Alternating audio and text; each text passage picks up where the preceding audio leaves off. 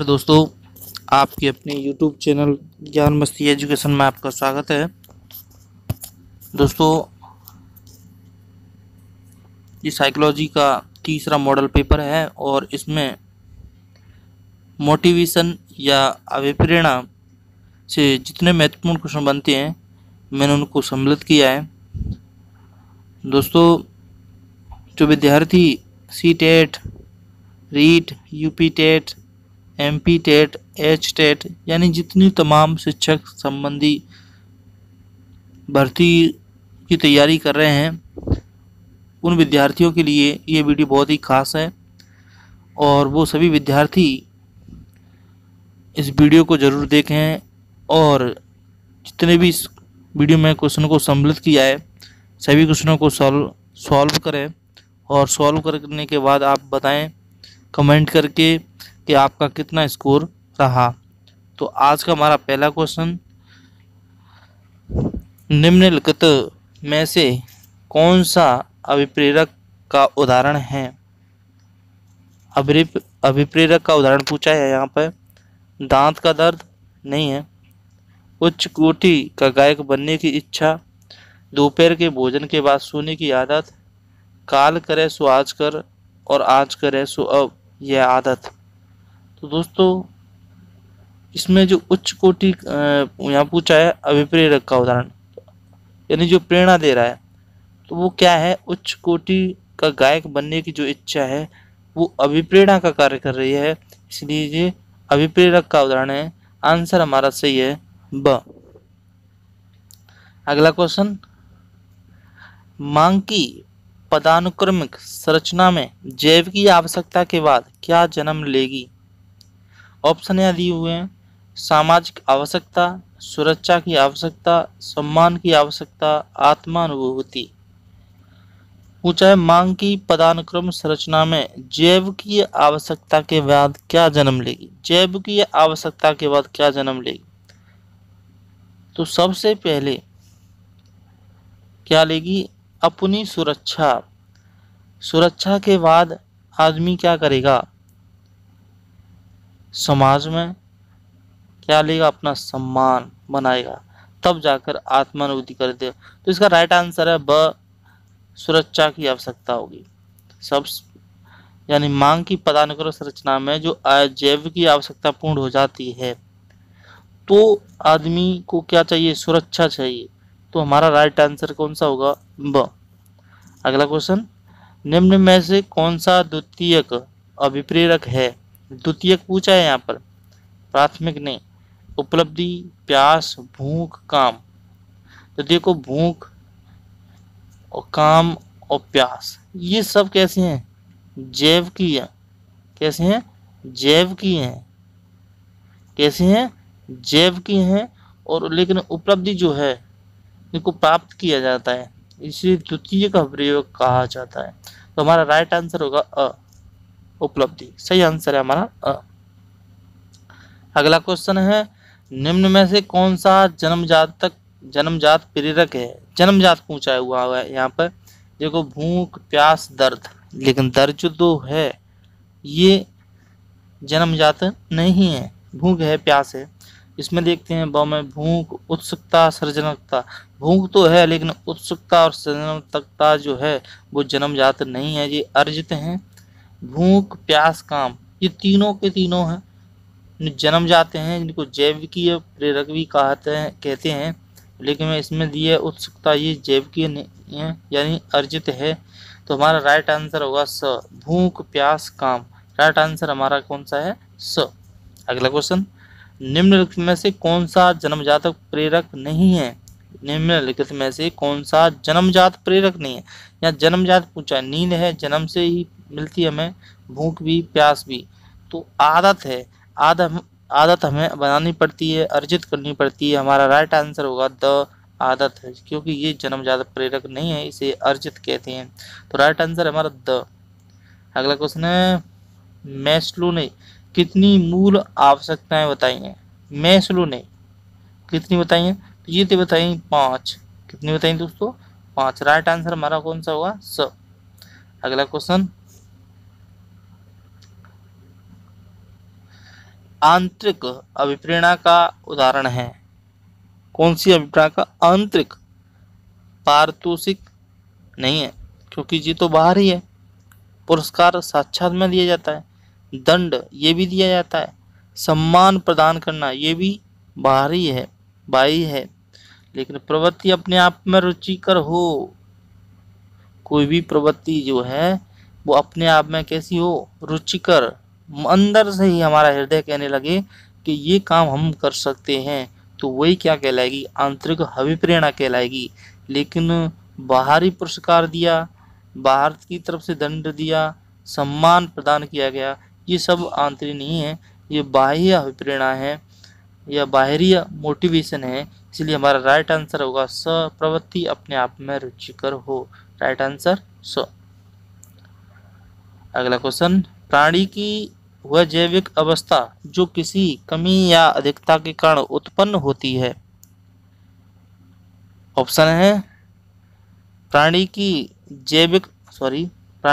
वह जैविक अवस्था जो किसी कमी या अधिकता के कारण उत्पन्न होती है। प्रणोदन, आवश्यकता, प्रेरक, प्रेरणा। तो देखो, आदमी है, प्राणी है, उस प्राणी को किसी भी चीज की आवश्यकता पड़ेगी या अधिकता होगी। अब देखिए कैसे, कमी कैसे, आपको प्यास लगी तो पानी की आवश्यकता पड़ेगी, भूख लगी भोजन की आवश्यकता पड़ेगी, और किसी चीज की अधिकता हो गई तो आपको उसको बाहर निकालने के लिए जानना पड़ेगा। तो सबसे पहले जो आवश्यकता है वो हमारे लिए, तो कमी अधिकता के कारण उत्पन्न होती है, तो वो कौन सी आवश्यकता होती है? अवस्था होती है, आवश्यकता होती है। प्राणी की जैविक अवस्था आवश्यकता होती है। राइट आंसर है ब। अगला क्वेश्चन, अभिप्रेरणा से संबंधित व्यवहार का लक्षण होता है। अभिप्रेरणा से संबंधित व्यवहार का लक्षण होता है कुछ समायोजन, भग्नाशय, दिवास्वप्न, उत्सुकता। तो ये अभिप्रेरणा का संबंधित व्यवहार है, क्योंकि उत्सुकता जो है, कुछ समायोजन, भग्नाशय, ये दिवास्वप्न, ये सब कुछ समायोजन के अंतर्गत आते हैं और ये नेगेटिव फीलिंग पैदा करते हैं। लेकिन उत्सुकता है प्लस पॉजिटिव फीलिंग पैदा होता है, और किसी भी कार्य करने के लिए प्रत्येक व्यक्ति का के हृदय में एक तरह से जोश भर जाता है। तो हमारा राइट आंसर होगा स, उत्सुकता। अगला क्वेश्चन, निम्न के अभाव में प्रेरणा की प्रक्रिया आरंभ नहीं हो सकती। पुनर्वलन, दंड, आवश्यकता, इनमें से कोई नहीं। तो देखो, आवश्यकता के यहाँ ऑप्शन दिया हुआ है स। आवश्यकता की अगर अभाव हुआ तो कोई भी प्रक्रिया प्रारंभ नहीं हो पाएगी। मान के चलो, हम भूखे हैं और हमसे कहा जाए कि खेत में गड्ढा खोदो या पहाड़ खोदो, तो हम खोद सकते हैं क्या? क्योंकि हमारा शरीर निर्बल है, तो नहीं हो सकता। तो सबसे पहले हमारी जो शारीरिक आवश्यकता है वो पूर्ति होंगी, तभी जाकर हमारा कोई भी कार्य पूर्ण होगा। क्योंकि पुनर्बलन नहीं हुआ तब भी कार्य हो सकता है, दंड नहीं हुआ, नहीं मिले हमें, कोई दिक्कत नहीं है। लेकिन जब तक हमारी शरीर की आवश्यकता है, हमारी जो आवश्यकता है, वो आवश्यकता अगर पूर्ण नहीं होंगी तो कोई भी प्रक्रिया आरंभ नहीं हो सकती। इसलिए राइट आंसर है स। अगला क्वेश्चन है, उपलब्धि अभिप्रेरणा सिद्धांत मनोवैज्ञानिक ने दिया था। बताइए तो उपलब्धि अभिप्रेरणा का सिद्धांत किसने दिया था? तो ये दिया था मैकक्लेलैंड ने दिया था। राइट आंसर हमारा 10 सही इसमें से, क्योंकि थॉर्नडाइक का पता ही है, हल का पता ही है, मास्लो का आपको पता ही है। तो मास्लो का कौन सा है मुझे कमेंट बॉक्स में लिखकर बताएं। तो पूछना भी बेकार है क्योंकि क्वेश्चन वही आ चुका है। अगला क्वेश्चन, मास्लो का सिद्धांत वर्णन करता है अधिगम का, प्रत्यक्षीकरण का, अभिप्रेरणा का, चिंतन का। तो मास्लो का जो सिद्धांत वर्णन करता था वो किसका करता था? अभिप्रेरणा का। राइट आंसर इसमें स। अगला क्वेश्चन, जब शिशुओं को लंबे समय तक आवश्यकता की पूर्ति नहीं की जाती है तब निम्न भावना का विकास होता है। अविश्वास, भ्रम, हीनता, ठहराव। अब लंबे समय तक किसी भी बच्चे की आवश्यकता पूर्ति नहीं की गई तो उसके अंदर कौन सी भावना का विकास हुआ? वो होगा हीनता का। तो राइट आंसर है स, हीनता। सही आंसर कौन सा है? स।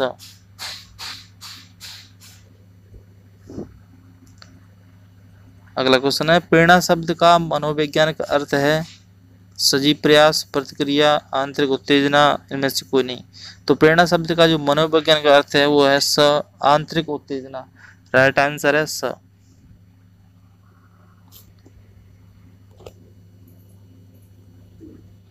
अगला क्वेश्चन, आवश्यकता पदानुक्रमिक सिद्धांत के प्रतिपादक हैं। आवश्यकता पदानुक्रमिक सिद्धांत के प्रतिपादक हैं मैकलिगन नहीं है, मार्शल नहीं है, स्किनर नहीं है। राइट आंसर है वह मास्लो। राइट आंसर क्या है? मास्लो। मास्लो का जो सिद्धांत था वो था आवश्यकता पदानुक्रमिक सिद्धांत। अगला क्वेश्चन, प्रशंसा किस प्रकार का अभिप्रेरक है? शारीरिक, सामाजिक, मनोवैज्ञानिक, उपयुक्त सभी। तो शारीरिक नहीं है, सामाजिक नहीं है, मनोवैज्ञानिक है। कैसा है? मनोवैज्ञानिक। हमारा राइट आंसर होगा स। राइट आंसर स। अगला क्वेश्चन, प्रेरणा कार्य प्रारंभ करने, जारी रखने तथा नियमित करने की प्रक्रिया है। यह परिभाषा किसने दी है? Jones, Lowell, Hurlock, good. Comment box में लिखकर बताएं ये परिभाषा किसने दी है। दोस्तों इसका सही आंसर है द गुड ने ये परिभाषा दी है। प्रेरणा गुड ने परिभाषा दी है कि प्रेरणा कार्य प्रारंभ करने, जारी रखने तथा नियमित करने की प्रक्रिया है। राइट आंसर है द। अगला क्वेश्चन, अभिप्रेरणा का मांग सिद्धांत किसने प्रस्तुत किया? अभिप्रेरणा का मांग सिद्धांत किसने प्रस्तुत किया? ऑप्शन है लोमास, एडकिंसन ने, मुर्रे है, आर्मस्ट्रांग ने।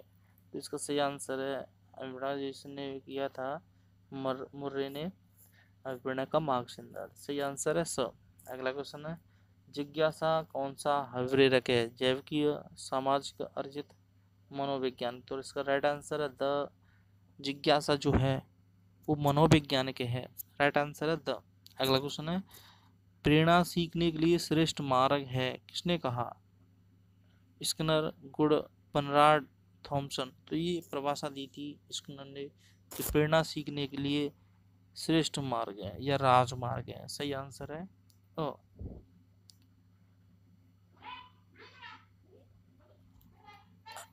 अगला क्वेश्चन है, अधिगम के समय यदि प्रत्येक छात्र को सफलता का एक अवसर मिले और उसकी सफलता को तत्काल पुनर्बल मिले तो इसे कहा जाएगा उपलब्धि, अभिप्रेरणा, उपलब्धि अभिप्रेरणा, अधिगम अभिप्रेरणा। तो इसका सही आंसर है स, उपलब्धि अभिप्रेरणा। राइट आंसर है स। अगला क्वेश्चन है, मास्लो के अनुसार एक व्यक्ति में बी प्रेरक होते हैं। तो मास्लो के अनुसार कितने होते हैं बी प्रेरक? 18। कितने होते हैं? 18। राइट आंसर हमारा स। अगला क्वेश्चन है, अभिप्रेरणा का कार्य नहीं है या कार्य नहीं है वो उसको छांटना है। ऑप्शन है जीव को ऊर्जावान करना, ये तो है ही। व्यवहार को लक्ष्य की ओर निर्देशित करना, ये भी है। उपयुक्त व्यवहार का चयन करने व उस पर बल देने के लिए व्यक्ति को समर्थ बनाना। अगला क्वेश्चन है, सभी स्थितियों में यथासंभव सूचना का अधिक से अधिक संग्रह। तो राइट आंसर 10 सही है। और आज का अंतिम क्वेश्चन, गुण के अनुसार डॉट डॉट कार्य करने जारी रखने की क्रिया है। तो ये सही आंसर है इसका ब, अभिप्रेरणा। राइट आंसर है ब। वीडियो कैसी लगी कमेंट करके जरूर बताएं।